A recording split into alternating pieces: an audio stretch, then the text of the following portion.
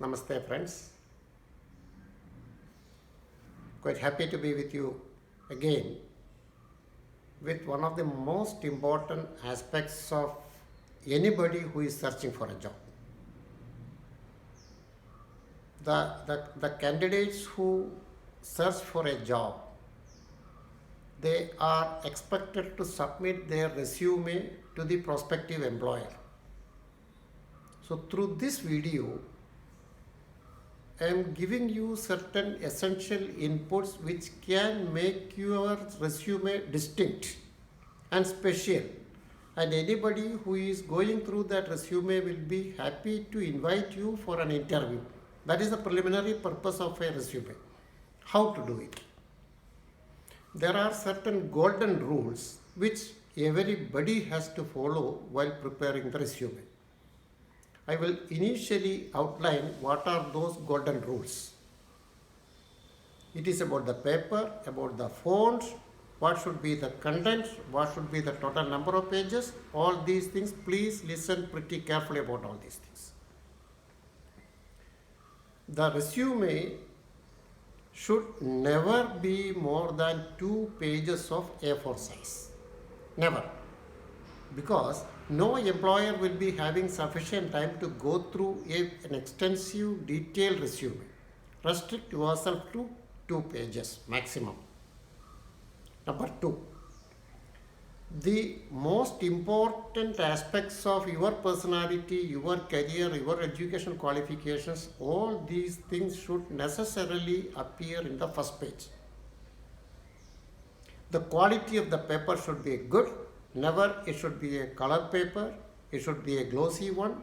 No. Good quality paper of A4 size. Number 3, the language which you use, grammatical mistake, spelling mistake, punctuations, these things are to be taken care of very well, because ultimately your personality is being reflected through the resume. You cannot take a chance. Go through it again and again. Get it vetted by somebody on whom you are having confidence to ensure there is no mistake. These things any candidate has to ensure. Number 4, there is a tendency for candidates to submit the same resume to everywhere. The purpose of resume is to find out whether this candidate, this person, will be suitable for this particular job in that company. So you have to make every resume distinct and separate. It has to be separate. For an individual job, it is of one type. For another job, it is of another type. How to do it? I will just explain. Number 5, never copy a resume. I have seen candidates copying the resume from their friends whom they feel they are great, they are very good in preparation.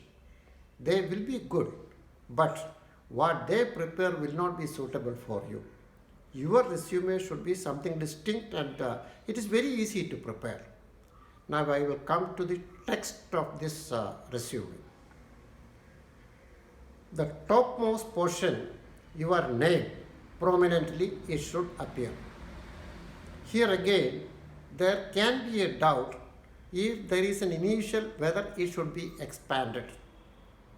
It can be done provided even after expanding the initial, it will not be a full sentence type. For example, my name is E.C.K. Unnikrishnan. If I expand my E.C.K., that there will be two lines. It is not acceptable. It will look really awkward. So you have to restrict the size of your name by adding the initial so that it appears to be comfortable for anybody who is looking at your resume. Next, you have to give your email address, telephone number, contact number, and on the right top corner, there has to be your photograph also. This is a must. This will be applicable for any kind of resume. Next comes objective. Here there is a catch. While the advertisement for that job has appeared, that advertisement will be containing certain keywords. Please ensure you are incorporating those keywords also in your objective to the extent possible. The reason is, in good number of companies, now the initial screening part is done through machine, artificial intelligence. May not be a manual intervention. So wherever these kind of keywords are available in the objective which you are writing, naturally the possibility for you to get an interview call is great. That is ultimately the purpose of this. Next comes your educational qualification. There is a tendency for candidates to write in bullet points, but the ideal one will always be in a tabular format. And while you prepare it in a tabular format, there has to be a column for marks. There may be an occasion for you when the marks may not be that great and you would like to not state it. Okay, but I don't think you have an option.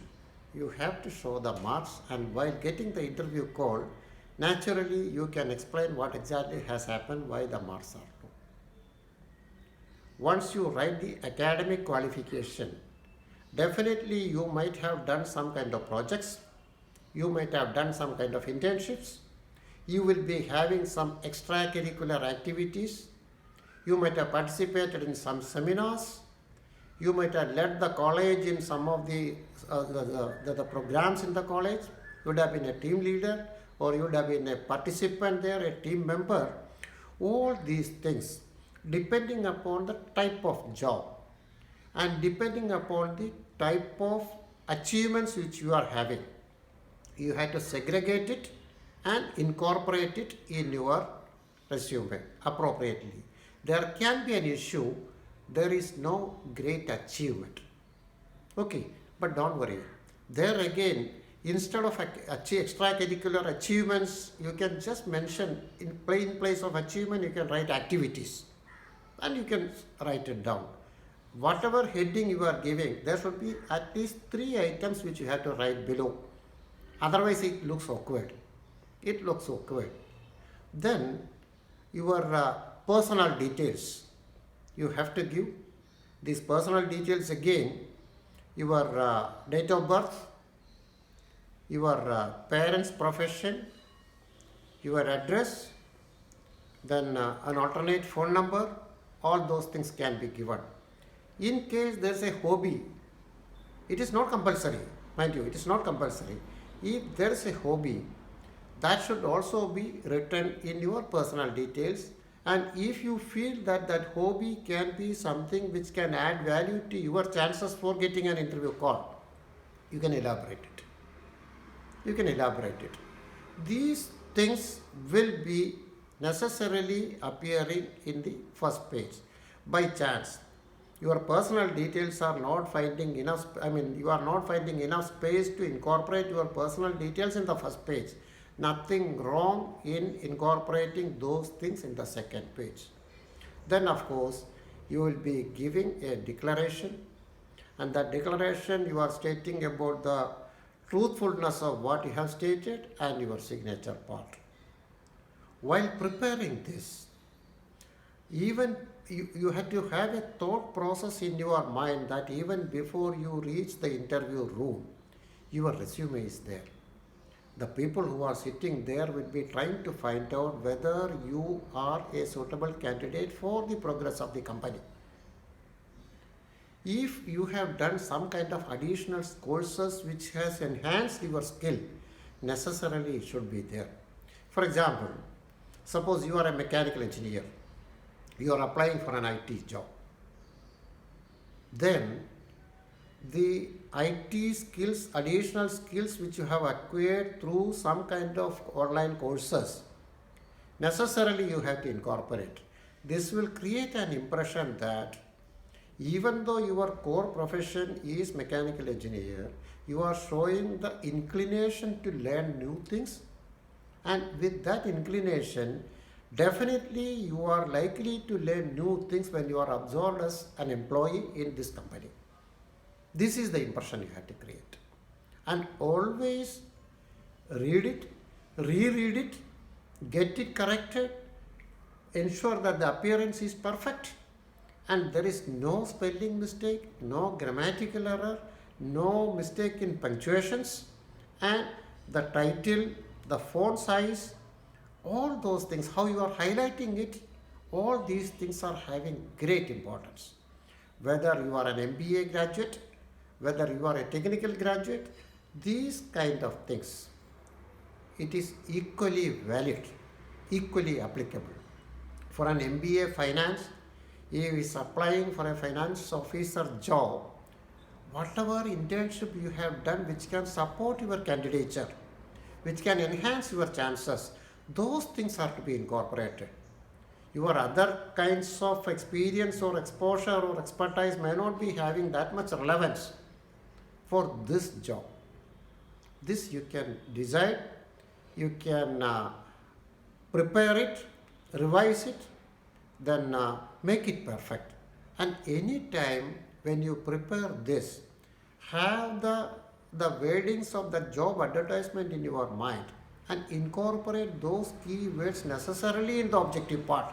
It's a repetition I am telling, but this is very important. Many a time what happens, whatever you have prepared initially will be a permanent resume and you are sending the same thing to everywhere. No. This can create, say, not a good impression, I will put it in that way. Not a good impression. But once you apply your mind and try to find out what is the requirement of the company and how I'm already having several qualifications, how I can highlight my qualification to match with the requirements of the company. These things will make you the most suitable candidate in the eyes of the employer.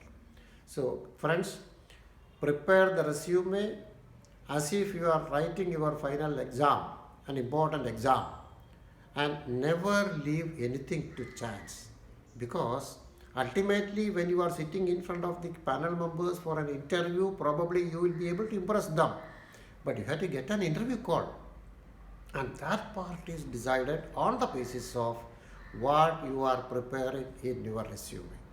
The structure I have outlined, you have to prepare it according to the situation, according to the job, according to the requirement, according to your qualification. Never mind, never be uncomfortable that you are not having something extra to show there. Absolutely no problem. If you just follow these simple rules, I can tell you, your resume will be acceptable to people and you will get an interview call. And for preparation of interview, I have given several videos on interview process. Those instructions or those guidelines will be equally applicable for any kind of interview which you are appearing, including an online interview. So all the best, my dear friends. Prepare this with confidence and you are going to be successful. Okay? Thank you very much. Thank you. God bless you.